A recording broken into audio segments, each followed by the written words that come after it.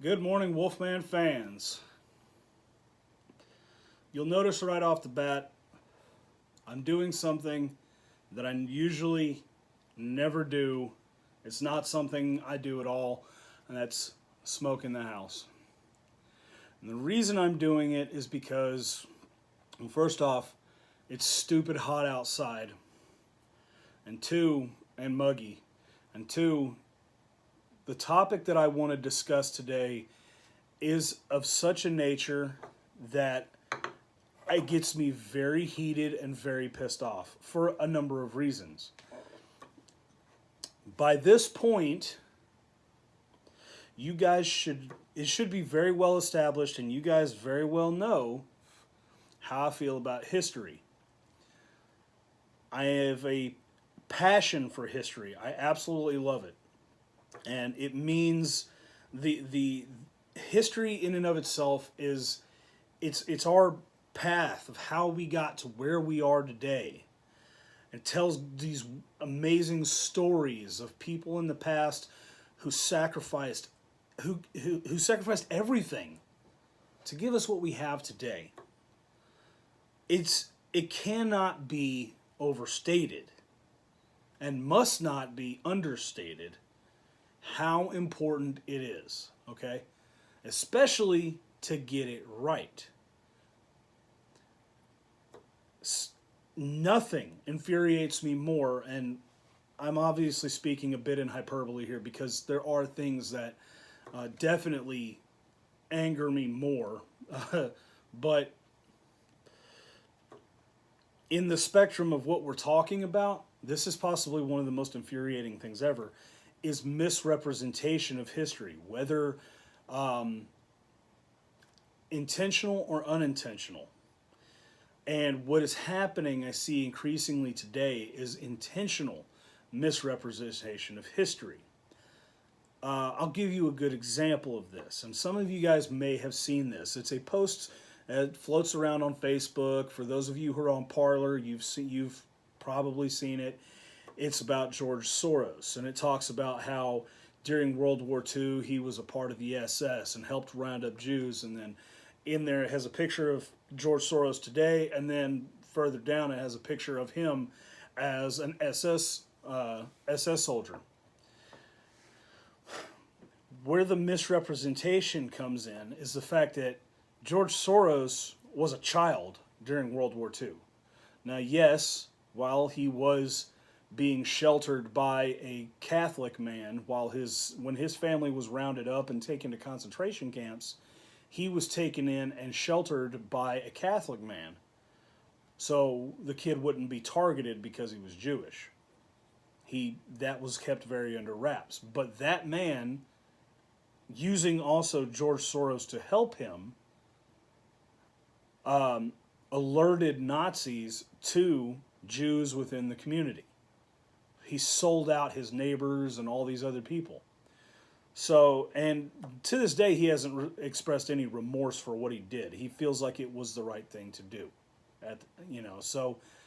But where the misrepresentation of history comes in is the picture that is presented that shows supposedly a young SS George Soros isn't him. That is a picture of SS, I don't remember the rank, but he's a member of the SS. His name is Oskar Gröning. Oskar Gröning is commonly known as the accountant of Auschwitz. He's the man who was in charge of after all the money, the different currencies and monies were collected off of incoming prisoners. It would be sent to him, and he had a little staff in an office, and they would bundle all the money up, they would count it and do all that stuff, and then he would make regular trips back to Berlin to deposit the money. That was who that was. But the point of it is to, dredge up anger and piss people off and make them angry about this man. Look, there's enough to be pissed off about George Soros for. You don't need to make up stories about him being part of the SS. And if you're just passing that information along without actually looking into it, going, is this true? Is it not?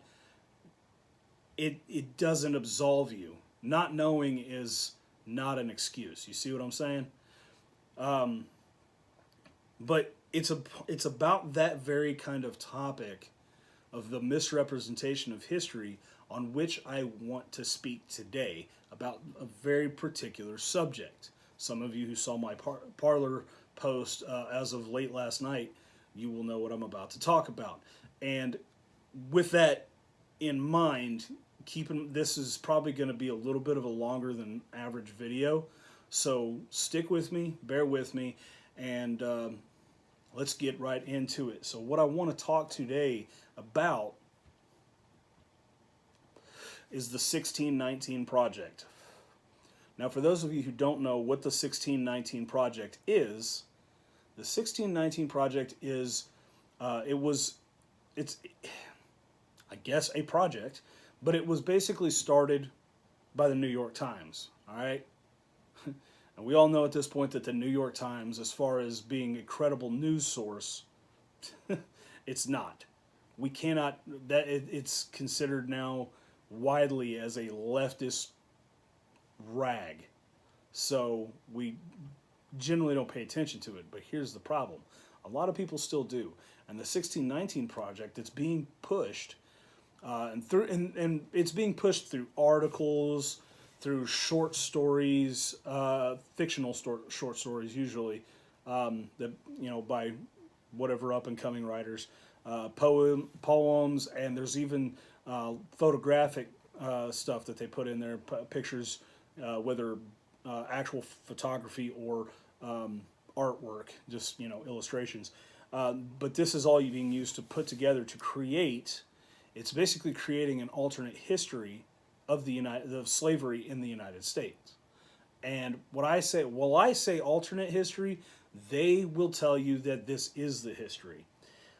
The thing is, and for y'all, again, for those of you who don't understand 1619 Project, why the year 1619? Well, the thing is, they would claim that the history of this nation, it doesn't begin, you know, in 1776 or, you know, a few years before that or anything like that. It basically doesn't begin with the men that we would label as our founding fathers, the Continental Congress, the Federalists and the Anti-Federalists. It doesn't begin with that. With them, it begins in the year 1619. And that's the year that apparently the first slaves were brought to the shores of what would later become the United States. And from there, they assert the fact that this country was built upon principles of white supremacy, slavery, and basically the black man building everything and us taking the credit for it. The country being built on the backs of slaves. And then we turn around nowadays and we honor these horrible, racist slave owners like George Washington and Thomas Jefferson. And apparently, Theodore Roosevelt and Abraham Lincoln, even though neither one of them owned slaves and they were ardent abolitionists. So, you know, it is what it is. But, and you can argue also that Abraham Lincoln wasn't as ardent of an abolitionist, but you have to look at his job, when you're looking at the Civil War, and you're talking specifically, let's say you're talking about Abraham Lincoln versus Frederick Douglass. Abraham Lincoln is a statesman. He's a president. He's got an entire country and a civil war to deal with. His country is split in two, and his countrymen are fighting each other. So he's got two angles he has to work. One is the preservation of the Union, and two is abolition of slavery. The thought that preserving the Union would probably be the most prudent course of action from the very beginning, that's how he operated. As time went on, and it started to seem like, you know what, we have this isn't going to be over as quick as we thought. Plus, we're having European countries, particularly like England and France, Spain, these other countries, looking at the Civil War, and they have a potential to side with one side or the other, and a lot of them are particularly looking to possibly side with the Confederacy. They know this even more so because they found Confederate diplomats on a British ship. So the thing is, you had cotton imports from the southern United States to Europe. So there's a big industry. So the concern there was, crap, we've got this issue. So maybe looking at this as simply a matter of keeping the states together and preserving the Union isn't the only way we should look at this. If you put a the 17th century equivalent of a hashtag on this says no more slavery, you can't, because that's a righteous ideal, ethically and morally correct. These other countries would really be screwing themselves over in the eyes of the international community if they decided to side with the Confederacy, who was pro-slavery. So it made it better. Plus, now you've got the integration of black people into the United States military for the first time, as and they're volunteering. It's not like we're conscripting them. They're volunteering to go fight. So that was a good thing. But you have to understand things from the perspective of a statesman versus just strictly an abolitionist, okay? Let's go back to the Founding Fathers, because obviously this is where a lot of this is beginning. Now, the 1619 Project would have you believe that these men were just awful men, that they were white supremacists, that they were racists, that they didn't believe that black people were worthy of having any kind of citizenship. They didn't even look at them as being fully human beings. This is what they would have you believe. The truth is, and yes, while we talk about the Declaration of Independence, how it doesn't specifically condemn slavery, it does talk about how all men are created equal, but there was still slavery. And from a cursory glance, you would look at yourself and go, yeah, that makes sense. Well, why was it like that? That doesn't make a lot of sense. All right, well, I'm going to explain a very layman's version of this to you. I did initially start taking notes on all this and writing things down, but I was getting a hand cramp because there's a lot to write. And I was like, you know what? I'm just going to give it from my own mouth, okay? I don't need to read notes. I know enough of this. All right, so here's the deal. When it came to forming this nation, you had pretty much all the colonies at the time, except for Massachusetts, had slaves. Slavery was a thing, and I've talked about this before. You're looking at history through the lens of modernity and using your current day modern ethics, morals, and thought processes to judge what was happening in the past. And you can't do that because, well, you're simply missing the fact that things were different at one time, okay? And if you look at it like that, nothing will make sense. So, looking back at how things were at that time, what you need to understand is in the original draft of the Declaration of Independence, there was a part written in there by Thomas Jefferson that described slavery, the institution of slavery, as a hideous blot. That's how he described it. Yes, I know he owned slaves. And I'm not going to speak to how he treated his slaves, how George Washington treated slaves. I don't know. I wasn't there.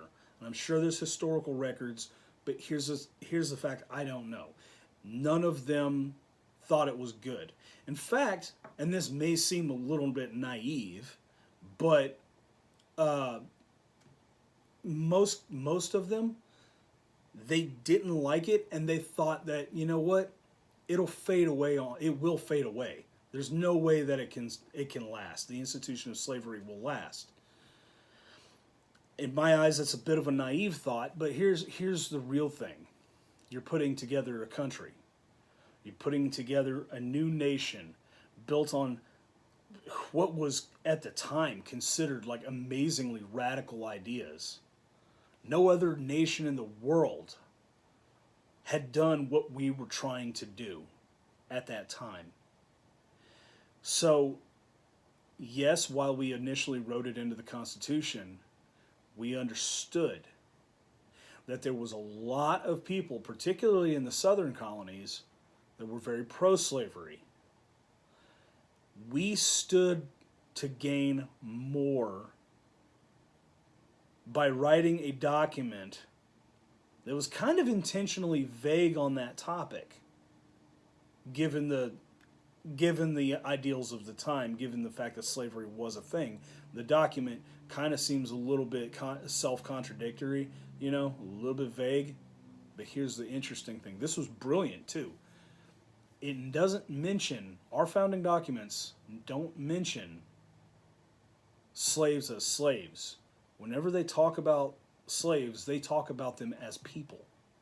They always describe them as people. And this goes down to private letters, goes down to speeches given within the Continental Congress. It always describes slaves as people. Not as any kind of property, but as people. Okay? So they knew at that time it wasn't good. Slavery wasn't a good thing, and they wanted to get rid of it. The problem is you needed the nation, this brand new nation that at the time was just 13 separate colonies of some scattered people. It wasn't all big cities. It was a lot of farmland and rural land, and they needed all these people to stand together under the same idea, the same banners. If you put something as controversial as the abolition of slavery in there, and it was controversial for its time, you ran the risk of alienating potentially half of those colonists. And you already had the problem of people who were pro-American nation and then, pro-British. You already had that divide. You didn't need to further divide it. That was the intention. But the brilliant part that founding document, like I said, it seems so vague, and the fact that they never are mentioned as slaves or property, they're always called people. That was written that way. So in the future, when they believed that slavery inevitably died out, that document would still accurately reflect everything. They believed that these slaves were human beings, they were people, and that when eventually slavery dies out, the Constitution, the Bill of Rights, all that would still be valid. It would not have to be rewritten to now include this new group of people. It already included them. It still seems like it still seems backwards that they, if they truly felt that way, then they should have acted. They couldn't. There was this they were kind of busy with this little thing called a Revolutionary War. They were already fighting one of the largest and most professional armies in the world, if not the largest and professional army in the world. They were busy. They had to deal, they were fighting this war. They were working diplomatically to try to end it and get independence recognized. The idea was kind of like, let's one thing at a time here. Once independence is established, the war is over, we've won that independence, then we can work on fixing the problems within the small problems that we have within our own nation, whatever they may be. So yeah, they understood slavery to be a bad thing, but they considered establishing the ideas of liberty, freedom, all of that good stuff, life, liberty, the pursuit of happiness, and incorporating it into the founding documents the law of the land of a brand new nation, that to them was paramount. After that, now let's make it reflect. And I agree, it took a long time to make it all happen. Unfortunately, there was some very staunch defenders of slavery. I'm not defending or trying to condone anyone's actions back then, that any slaveholders. I'm not. But the thing I cannot do, and I cannot stand by and let history be reimagined. And you might ask yourself, why exactly would they completely rewrite history like this? Why would they misrepresent it so badly? I mean, there's a couple of things you might come up with, a couple of theories. Oh, well, they want reparations, free money, or whatever, whatever reparations ends up entailing. You might say that they just want to paint white people as being bad. You could say a lot of different things, but I'll tell you what it really is. What it really boils down to, and this is a component of what is basically a much larger effort by the leftists, by the people that you know as the Democratic Party. And I don't mean you're like, these aren't JFK style Democrats. These aren't your John F. Kennedy Democrats, not your LBJ Democrats. These aren't the classic Democrats. These aren't even the Civil War Dixiecrat type of Democrats, okay? This is a brand new type of Democrat. And they've been around now for quite a while. It's only been in the last, 4 or 5 years that we've come to realize what they are about. And this is just another tactic. But it's possibly one of the most insidious tactics, because this information is now actually being implemented as school curriculum in elementary schools in different parts of the nation, primarily up in the Northeast. I know New Jersey, a couple areas in New Jersey, this is the case. I know that specifically. But the purpose of this is to completely dismantle the United States. This is from trying to destroy it from the very legacy that we hold dear, which is at this point become legend.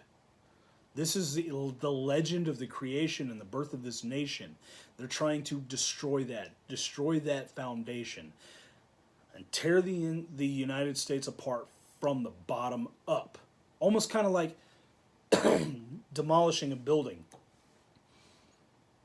Demolish is just explosions. They start from the bottom and kind of work their way up. And then what happens? The building collapses into its own footprint. That's the idea of what they're trying to do with the United States. This isn't about race. This isn't about white versus black versus Hispanic versus Asian versus Middle Eastern versus Indian versus Pacific Islander, whatever the hell you may claim to be. It's not any of that. The ideas of life, liberty, the pursuit of happiness, and a government by the people, of the people, for the people, the very idea of what the United States is, what we stand for, traditionally, not what we've become today, but what we were traditionally set out to be, is a threat to tyranny. It's a threat to globalism. It's a threat to the idea of multiculturalism. And multiculturalism, while it sounds great on the surface, is actually an insidious nature. Insidious in nature. It homogenizes everything. So right now, while you're proud of your individuality, you're proud that you come from, XYZ country in the world. That's where your family's heritage comes from. You have such and such skin color, and that's what the culture that you claim. Even if you Even if you're not a racist asshole, but you are proud of your heritage. That will no longer be the case. Multiculturalism is bring all the cultures together, interbreed them all, and to the point where there's no discernible difference between anybody. All the same across the board. That, coupled with the destruction of the capitalist economic system and the introduction of not just socialism, straight communism, which in turn will inevitably lead to another form of fascism. It just goes from worse to worse to worse, to the point where you have, in the end, a monarchy, a nobility made of social elites and rich, the economically wealthy people, and you have slaves, serfs, peasants, and a worldwide government that's run this way. This is the aim. There are some very horrible people, and I've been saying all this for a very long time. And the 1619 Project is a super dishonest and insidious way of trying to make this happen. And what should anger you more, the children that we want so much and we try so hard to protect against some of these awful people in the world. We need to protect them educationally too. These kids are being taught these ridiculous leftist ideas. They're being taught to question their own gender. They're being taught that, I don't know if they're being taught that religion is a bad thing or not. I haven't heard one way or another on that. If you guys know anything about it, please feel free to let me know in the comments. I'd be happy to hear what you have to say. But they're being taught that this country, from its very founding, was immoral. It was wrong. It's teaching kids to be ashamed that they're white. It's teaching your children horrible stuff. So if you're lucky and your child doesn't grow up super depressed and end up killing themselves in the next 15, 20 years, they're going to turn out neurotic. They're going to turn out depressed, super depressed, or they may end up being fully indoctrinated, becoming this left-wing nutcase.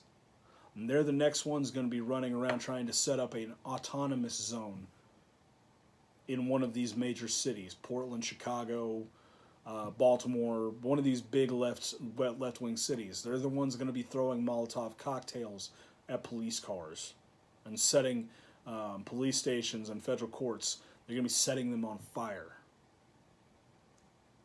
This is what they're trying to do. They're raising a generation meant to dismantle, completely destroy the very fabric of the United States. And once that is complete, once they have succeeded in doing that, do you honestly think that all the rioters and looters, it's all going to be good and they're just going to let them, it's going to be all right, they're going to let them continue doing what they do? No. Now that they've got what they want, they're going to establish order in their own way. They're going to establish their government, their country, in the way that they see fit. And dissension and resistance will not be tolerated.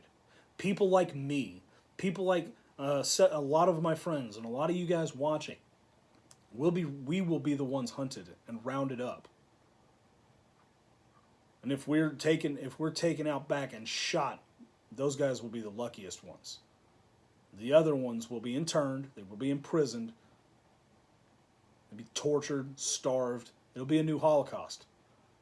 Not an ethnic cleansing, not a religious cleansing of any kind. You'll be destroying the last patriots of the United States. And that is the point. That is what the 1619 Project is about. The problem is, it's also being taught, excuse me, it's also being taught to people who are just generally stupid, to people that just willingly buy into it because they're black and proud or whatever. And they think that they need reparations. Riddle me this, Batman. Who owes those reparations? To who? Is it just white people that owe the reparations? Or are there black people that owe reparations too because they had white people in their family? Because there are black people that are that are alive today, that somewhere far back, going back to the 19th century, that a slave owner or slave owner's kid or whatever got with a black woman or got with a black man, whatever the case may be, and ended up having a child. That happened a lot. And so there are people now who are black people that are descended from white people. So who has to pay who here? Who is owed reparations? Who has to pay for it? It doesn't make sense. But people hear the idea that they're going to get paid free money from the government that they don't have to work for. They're all about that. They're all about getting rid of the cops. They're all about getting rid of these courts and such that hold them accountable for their crimes. If you could live in a life where you could literally do whatever you wanted to do, consequence free, and then just get paid for no reason for doing no work, 99.9% of everybody would be on board, would jump on that in a heartbeat. The thing that separates those who will and those who won't is integrity. So,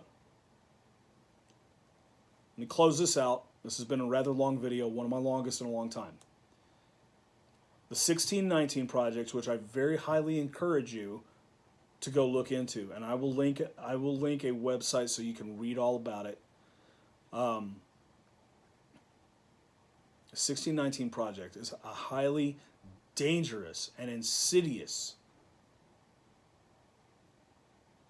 historical project. It distorts and rewrites history. And if the fact that what its aims doesn't piss you off enough, you know how I feel about this flag and how I feel about this nation, and thus how I feel about our founding fathers. It is disgraceful. It is disgusting. It's dishonest. And it should piss you off. Again, I will leave a link so you guys can go look into it yourself. I highly encourage you to look into it and read all you can about it. And then help me, help all of us, help yourselves fight against this blatantly false narrative. That's all I got. I hope you guys are have had a great week. It is Friday, so happy Friday, everybody. I hope you guys are going to have a great weekend. It's always something to look forward to. I guess that's all I got. So you guys take it easy as always. Stay awesome. Keep your head on a swivel, and we'll see you in the next video. Later.